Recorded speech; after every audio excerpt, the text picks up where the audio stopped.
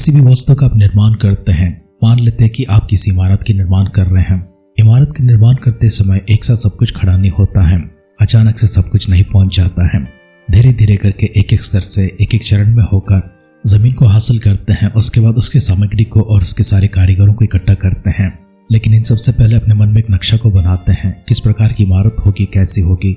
इन सब के बाद इस जमीन के पास जाते हैं, कारीगरों के पास जाते हैं, सामग्री के पास पहुंचते हैं। जो सामग्री नींव डालने के लिए काम आती है उसे पहले मंगवा लेते हैं, और जिस सामग्री से अंत में काम करवाना है उसे सबसे अंत में ही मंगवाते हैं। अर्थात जितने भी सामग्रियों का आप उपयोग करते हैं उन सबों को स्तर स्तर करते हुए एक एक दशा में लेकर आते हैं। लेकिन आपका अंतिम लक्ष्य और अंतिम मकसद है कि इमारत को खड़ा करना है, भवन को खड़ा करना है। और इस भवन को खड़ा करने के बाद हमें मालूम पड़ता है, लेकिन जब उसके पीछे मुड़कर देखते हैं उसमें काफी महीनों की और काफी वर्षों की मेहनत है, कितनी सारी सामग्री का उपयोग हुआ है और कितने ही लोग इसमें काम किए हैं। इन सबों को छोड़ते जाते हैं, लेकिन इन सब के बाद में अंत में जिस चीज को हम चाहते हैं वही चीज बन चुका है। इसे बनाने के बाद इसका अनुभव करते हैं। बिल्कुल इसी तरह से परमेश्वर भी अपने कार्यों को इस संसार की नींव डालने से लेकर इस वर्तमान के जीवन तक और इसके आगे भविष्य तक भी हर एक चीज को एक एक स्तर में और एक एक दशा में चलाने के लिए खुदावंत की भी एक योजना है, प्रणाली है। उसी प्रणाली के अनुसार परमेश्वर अपने कार्य को करते हैं। हम इन्हीं बातों को पवित्र शास्त्र से ध्यान करते आ रहे हैं, हमारी अध्ययन लेवी व्यवस्था में चल रही हैं। जिस तरह से परमेश्वर ने अपने भक्त मूसा के जरिए इस्राएलियों के हाथों कुछ काम करवाने के लिए और सदा सदा के लिए आने वाली पीढ़ियों के लिए यही विधि ठहरेगी, हजारों वर्ष पूर्व बताया गया था और हजारों वर्ष पूर्व इसका अभ्यास भी किया गया है।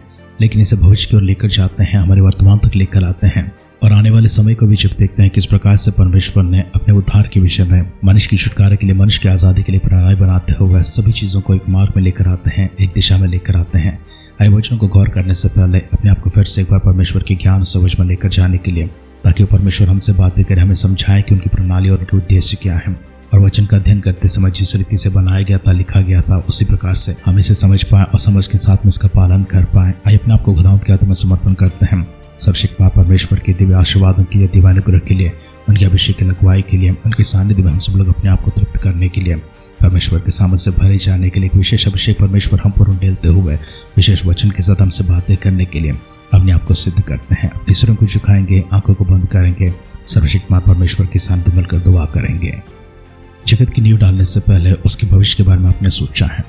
हम मनुष्य होकर यहाँ पर कुछ प्रयास करते हैं, लेकिन परमेश्वर होकर अंत को भी अब आरंभ में ही देखते हैं। किस प्रकार से एक इमारत को बनाने वाला व्यक्ति अपनी अंतिम वस्तु को देखते हैं, उसी प्रकार से परमेश्वर इस जगत को बनाते समय आपकी जो अंतिम साधन है, आपकी जो अंतिम लक्ष्य, उसे प्रभु जी आप पहले से जानते हैं, पहचानते हैं और उसी की प्रणाली और उसी की योजना में सभी को लाते हुए हम सबों को अब तक वर्तमान जीवन तक आपने चलाए हैं। कितने युग प्रभु जी आगे हैं, चले गए हैं।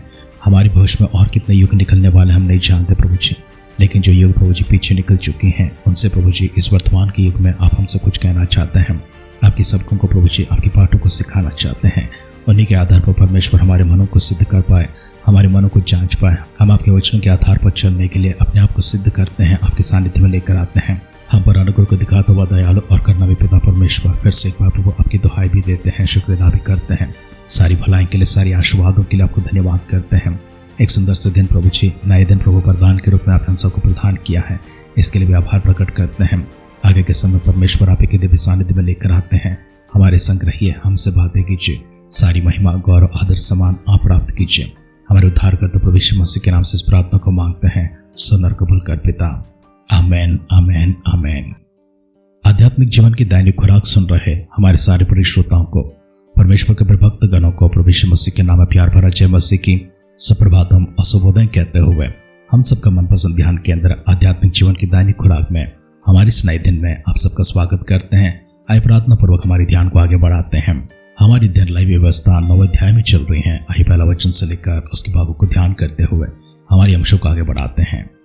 8वें दिन मूसा ने हारून और उसके पुत्रों को और इस्राएली पुत्रियों को बुलाकर हारून से कहा, पाप बलि के लिए एक निर्दोष बछड़ा और होम बलि के लिए एक निर्दोष मेढ़ा लेकर यहोवा के सामने भेंट चढ़ा।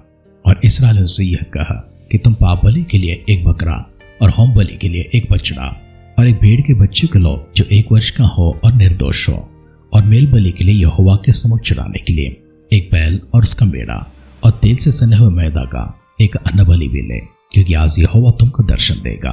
और जिस जिस वस्तु की आज्ञा मूसा ने दी उन सबको वे मिलाप वाले तंबू के आगे ले आए, और सारी मंडली समीप जाकर यहोवा के सामने खड़ी हुई। तब मूसा ने कहा, यह वह काम है जिसके करने के लिए यहोवा ने आज्ञा दी है कि तुम उससे करो, और यहोवा की महिमा का तेज तुमको दिखाई पड़ेगा।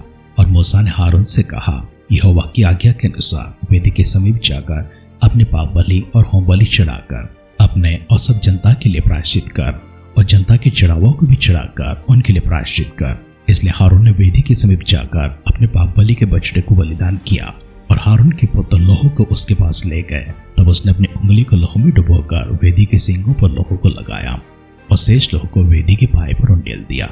और पाप बलि में की चर्बी और गुर्दों और कलेजे पर की झिल्ली को उसने वेदी पर जलाया, जैसे यहोवा ने मूसा को आज्ञा दी थी।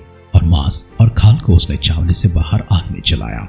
तब होम बलि पशु को बलिदान किया, और हारून के पुत्रों ने लोहो को उसके हाथ में दिया, और उसने उसको वेदी के चारों ओर पर छिड़क दिया। तब उन्होंने होम बलि पशु का टुकड़ा टुकड़ा करके सिर सहित उसके हाथ में दिया, और उसने उनको वेदी पर जला दिया। और उसने अंतड़ियों और पांवों को धोकर वेदी पर होम बलि के पर जलाया। और उसने लोगों की चढ़ावा को आगे लेकर और उस पाप बलि के बकरे को जो उनके लिए था लेकर बलिदान किया, और पहले के समान उसे भी पाप बलि करके चढ़ाया। और उसने होम बलि को भी समीप ले जाकर विधि के अनुसार चढ़ाया, और अन्न बलि को भी समीप ले जाकर उसमें से मुट्ठी भर वेदी पर जलाया। यह भोर के होम बलि के अलावा चढ़ाया गया। और बैल और मेढ़ा अर्थात जो होम बलि पशु जनता के लिए थे वे भी बलि किए गए। और हारून के पुत्रों ने लोहो को उसके हाथ में दिया, और उसने उसको वेदी पर चारों ओर छिड़क दिया। और मेढ़े में से मोटी पूंछ को और जिस चर्बी से अंतड़ियां ढप रही थी उसको, और गुर्दे सहित कलेजे पर की झिल्ली को भी उसके हाथ में दे दिया। और उन्होंने चर्बी को छातियों पर रख दिया, और उसने वह चर्बी वेदी पर चलाई। परंतु छातियों और दाहिनी जांघ को हारून ने मूसा की आज्ञा के अनुसार हिलाने की भेंट के लिए यहोवा के सामने हिलाया। तब हारून ने लोगों की ओर हाथ बढ़ाकर उन्हें आशीर्वाद दिया, और पाप बलि, होम बलि और मेल बलियों को चढ़ाकर वह नीचे उतर आया।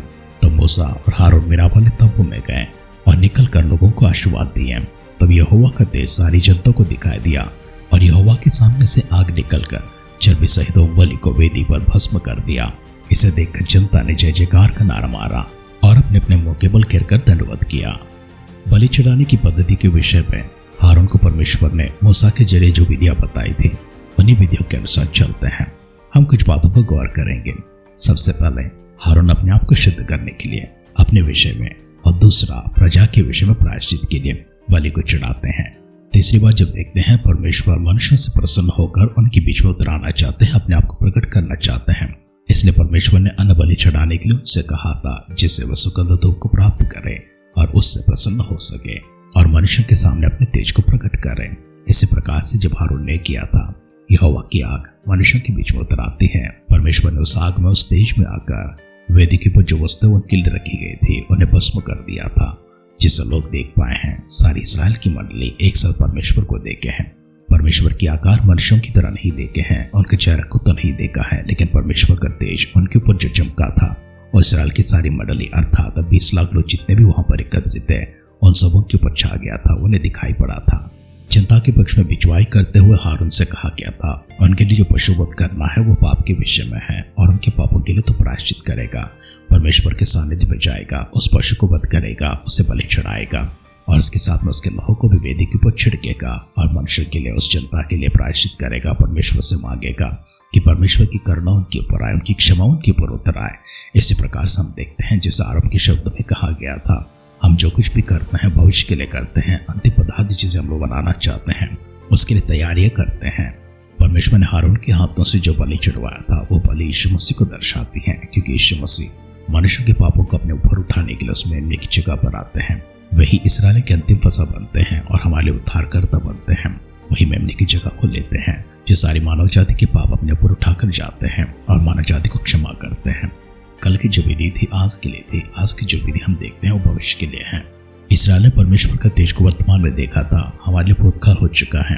उसी प्रक्रिया को आगे बढ़ाते हुए परमेश्वर यीशु मसीह के रूप में उद्धार को हमारे पास लेकर आते हैं और भविष्य की आने वाली पीढ़ियों के लिए भी हमारे सामने रखते हैं। हमारे सामने भविष्य और भविष्य स्वर्ग है। हम सब अनंत जीवन को प्राप्त करने के लिए, स्वर्ग के जीवन को प्राप्त करने के लिए यीशु मसीह को उद्धार करते प्रभु स्वीकार करते हुए उनके अनुसरण करते हैं, उनके पीछे चलते हैं, उनकी विधियों के अनुसार उनकी आज्ञाओं का पालन करते हैं। हम अपने आप को सिद्ध करते हैं क्योंकि हमारी यात्रा स्वर्ग की ओर है और हमारा अंतिम स्थान है, लक्ष्य स्थान है स्वर्ग, वहां पर जाना है। यीशु मसीह संसार में इसलिए आए हैं ताकि हम सबको स्वर्ग लेकर जाए। लय अवस्था से हारून याजक ने किस तरह से अपनी विधि का पालन किया है, उसी प्रकार से हम भी अपनी विधि का पालन करते हुए अपने आप को उद्धार करते यीशु मसीह के हाथों में समर्पण करेंगे। जैसा हारून मनुष्यों के परमेश्वर के बीच में खड़ा हुआ था, उसी प्रकार से आज यीशु मसीह परमेश्वर पिता के और हमारे बीच में खड़े हैं, हमारी मध्यस्थी करने, हमारी पिछवाई करने के लिए, और हमारे खातिर प्रभु यीशु मसीह कुर्बान होकर हमारे लिए अपने बलिदान को दिए हैं। उन्हीं प्रभु के हाथों में अपने आप को समर्पण करते हैं। मिलकर दुआ करेंगे। फंसे की मेमने की जगह को लेकर और हमारे दंड का भी जगह को लेकर हम सबको छुड़ाने के लिए, हमें स्वतंत्र करने, हमें आज़ाद करने, हम सबको परमेश्वर एक उद्धार का जीवन प्रदान करने के लिए आपने प्रभु जी अपने पुत्र यीशु मसीह के संसार में भेजा था, जिनके कारण से हमारा उद्धार होता है। प्रभु धन्यवाद करते उस कुर्बानी के लिए, और धन्यवाद करते परमेश्वर आपके प्रावधानों के लिए। हमारे ऊपर अपने प्रेम को प्रकट करते हुए हमारे खाते परमेश्वर अपने केवल सारे कार्यों के लिए शुक्र अदा करते हैं। इस संसार में नाश की ना चाहे, परंतु परमेश्वर अनंत जीवन के हम लोग अपने कदमों को बढ़ाए। वचन सुने हमारे सारे परिजन को प्रभु जी अपने उद्धार को आकर्षित करने के लिए दुआ करते हैं। आपकी सामर्थ्य शक्तिशाली हाथ प्रभु जी उनके ऊपर रखे परमेश्वर, इसी से उद्धार को प्रदान करके स्वर्ग की ओर आकर्षित करने के लिए दुआ करते हैं। प्रार्थना प्रभु जी अपने सुने उत्तर देश के लिए धन्यवाद करते हुए हमारे उद्धारकर्ता प्रभु यीशु मसीह के नाम से प्रार्थना को मांगते हैं। सुन और कबूल कर पिता। आमेन, आमेन, आमेन। मरता हुए इंसान को बचाने के लिए बहुत कम लोग होते हैं जो उसके स्थान को लेकर अपनी कुर्बानी देकर उसे बचाना चाहता है। इस संसार में हम एक दूसरे को इस तरह से बचा तो नहीं सकते हैं, लेकिन हमारी खातिर, सारी मानव जाति के खातिर कुर्बान हुआ यीशु मसीह को हम मनुष्य को प्रकट तो कर सकते हैं। और ऐसे करने से हम यीशु मसीह को उद्धार करते के रूप में उनको दिखाकर उनको विनाश की ओर से बचाते हुए अनंत जीवन का राह दिखाते हैं, जो आगे यीशु मसीह ने दिया। उसके आधार पर हम लोग चलते हुए एक मनुष्य को मृत्यु से अधोलोक से बचाकर स्वर्गलोक में उस जीवन में प्रवेश करवाने की दिशा को दिखा सकते हैं। किसी न किसी को बचाने के लिए परमेश्वर आपके जीवन को व्यय करे और इस वचन के माध्यम से परमेश्वर आपको बचाए। परमेश्वर अद्भुत कार्य आपके जीवन में करे और आप दूसरों के जीवन का अद्भुत आशीषों का कारण बने। हमारी इस दुआ कामना के साथ आज की ध्यान पर समाप्त करते हैं। आप सुनते रहिए, सुनाते रहिए आध्यात्मिक जीवन की दैनिक खुराक। कल फिर मिलेंगे। अपना ख्याल रखिए, अपनों का ख्याल रखिए, दूसरों का भी ख्याल रखिए। God bless you.